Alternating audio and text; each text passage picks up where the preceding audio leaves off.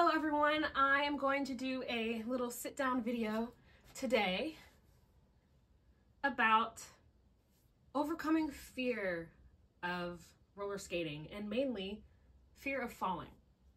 If you're convinced that you'll fall or get hurt, then that will come to fruition because that is what you are visualizing. How to overcome fear of falling in your skates? Well, I recently made a video related to this, but of course, it will help to have all of your gear. So, wrist guards, elbow pads, helmet, knee pads, and make sure that you tighten your skates as well. So get familiar with the hardware on your skates. Hold on, I'm gonna go grab my skates real quick. Get familiar with the hardware of your skates. So the wheels. Do you like to have your wheels on the tighter side or just have them the regular tightness? I personally like to make sure that they are pretty tight so that they don't wobble too much, but I have heard some skaters say that if you loosen them a little bit, then you'll be able to skate faster. I don't know about all that though. Oh, the other thing is the trucks. Make sure that you tighten them or loosen them to your liking. You can experiment with that. Let's see. Find a safe space. If you are, I talked about this before as well, but if you're nervous to skate in front of other people, that's totally cool. I used to be like that as well, not so much anymore, but I used to go to outside spaces for the sole purpose of learning something new before I took it to a roller rink or before I did it in front of people, because I was afraid of falling and embarrassing myself. I do still do that sometimes, but now it's more for the purpose of safety and less about me being afraid to fall, because when I go to the roller rink, typically it's crowded and I like to jam skate in the center and do like breakdancing moves. And I've learned in my years to sort of read the room or read the floor. So if it's really, really crowded, I'm not gonna be, going under people because that's not safe. So if I really wanna practice those crazy moves, I do it outside of the rink. I don't know, I find a spot, I find a safe place.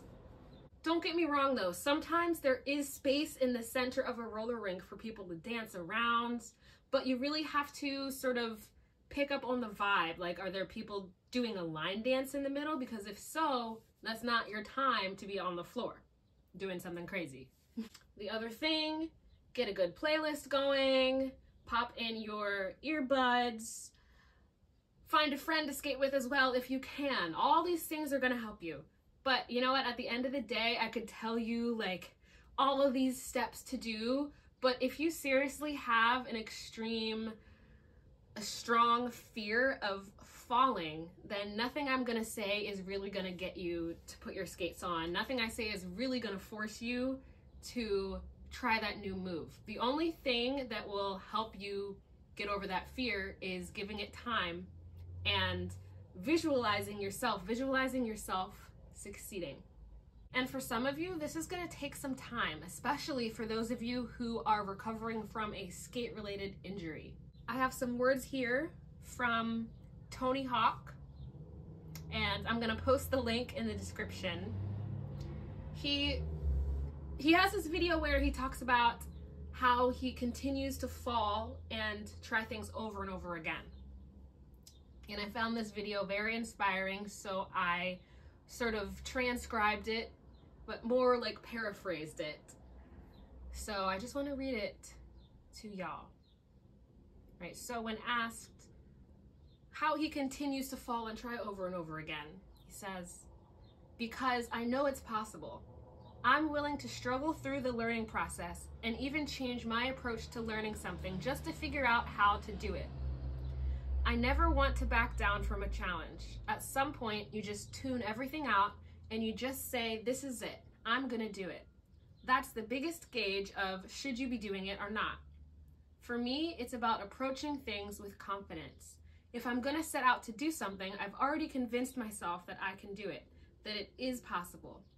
If you're convinced that you'll fall or get hurt, then that will come to fruition because that is what you are visualizing. I was willing to get hurt along the way, but I didn't visualize myself falling. I think that's what stops a lot of people from being as good as they can be. They'll stop themselves after they fall and say, "Oh no, I'm not capable of this. I'll probably get hurt."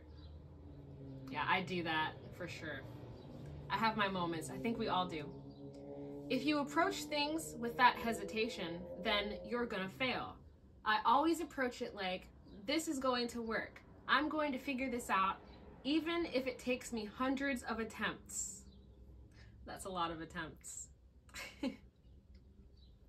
The idea of falling and getting back up again didn't really bother me at all.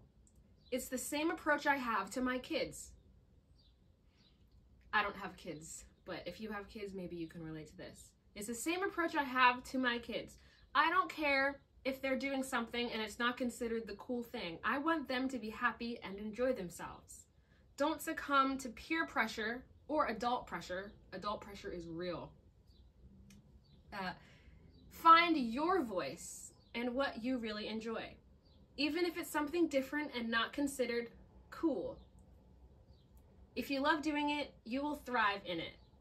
I remember I started skating several years ago, and I wouldn't say that it was considered uncool, but it also, people weren't really like making it a big deal, at least not as much as it turned into during the pandemic. And then everybody started to roller skate, which I am obsessed with how popular it got, but I'm kind of like, man, nobody really cared when I started. They were kind of like, okay, cool. Now everybody's getting their skates. But anyway, if you love doing it, you will thrive in it. Eventually, you'll be happy because you continued to do it. Okay, almost done. If I go at it and I think, I don't know if this is gonna work, then that is when I get hurt. You can't just throw caution to the wind and say, oh, let's see what happens. I do that a lot. I think it depends on the context, because sometimes you just have to be like, I have no idea what's gonna happen, let's just wing it. I don't know. I'm not really sure what he means by that because I do that. But anyway, what do you guys think? What do y'all think? If someone poses a challenge to you, you have to figure out how to get over it. And so in doing that in my skating and also in the business, it was like, this is what's coming at us. We've got to figure out how to navigate this and how to succeed. And a lot of people just give up. Yeah, so true. I think that's true with, that makes me think of my YouTube channel. Like, I'm a tiny channel right now. I've just hit about 500 subscribers, and a lot of people get 1 or 2 subscribers and they're like, oh, I'm never gonna get 10 subscribers, so they just stop trying. Don't give up.